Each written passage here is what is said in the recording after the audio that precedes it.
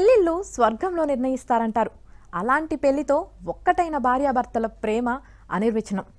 ఒకరినొకరు అర్థం చేసుకోవటం, ఒకరి కోసం ఒకరు త్యాగాలు చేస్తూ అందులోనే ఆనందం వెతుక్కోవటం, చిన్న చిన్న గొడవలు, అలగడాలు, అంతలోనే బుజ్జగింపులు. మూడు ముళ్లతో ఒకటైన ఆ దంపతుల మధ్య మురిపాలు ముదిమి వయసు వరకు సాగుతాయి. ఒకరిపై ఒకరు చూపించుకునే ప్రేమానురాగాలు ఆఖరి శ్వాస వరకు వెల్లువిరుస్తాయి. తన అర్ధాంగిని అర్ధాంతరంగా కోల్పోయిన ఓ భర్త తన భార్యపై ప్రేమను చాటుకున్నాడు. చనిపోయిన తన భార్యకు గుడి కట్టించి పూజిస్తూ తన అంతులేని ప్రేమను నిరూపించుకుంటున్నాడు.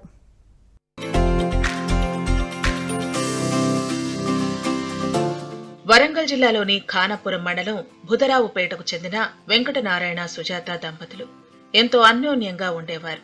ఎంతంటే వాళ్ల మధ్య ఉన్న ఆప్యాయత అనురాగాలు చూసి వెతికే కన్ను కుట్టేలా ఎంతో ప్రేమగా ఉండే ఆ దంపతులను వీధి విడదీసింది. గతేడాది గుండెపోటుతో సుజాత మృతి చెందింది. అయితే ప్రాణానికి ప్రాణంగా ప్రేమించే భార్య ప్రాణాలు వదలటాన్ని జీర్ణించుకోలేకపోయాడు వెంకటనారాయణ.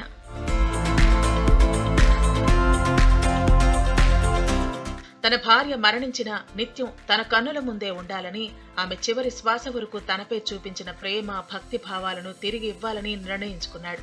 ఈ క్రమంలోనే ఆమె గుర్తుగా పొలం వద్ద గుడి కట్టించాడు.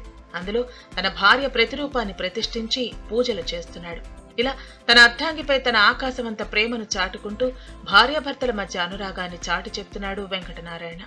మ్యారేజ్ అయ్యి 33 సంవత్సరాలు. నా భార్య స్వర్గీయ శ్రీమతి సుజాత గారు తేదీ 6వ తారీఖు 7 నెల 2023 రోజున పరమపదించారు. తను అకస్మాత్తుగా గుండెపోటుతో మరి భగవంతుడు టైం లేకుండా 15 నిమిషాల వ్యవధిలోనే చనిపోవడం జరిగింది. తను మా ఇంట్లో పెద్ద కుటుంబం. నా కూడా 5 అక్క చెల్లెలు, ఆవిడ కూడా 5 అక్క చెల్లెలు, 2 అమ్మలు. అందరికీ మంచిగా ఉంటూ మరి 10 కుటుంబాలకు తనే పెద్ద దిక్కుగా వ్యవహరించేది.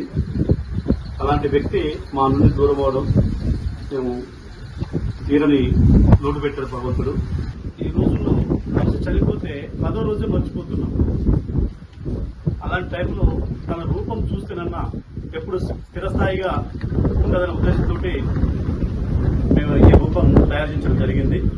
భార్య మీద ప్రేమతో ఆమె జ్ఞాపకార్థం విగ్రహాన్ని ఏర్పాటు చేయడంతో వెంకటనారాయణను గ్రామస్తులు అభినందిస్తున్నారు.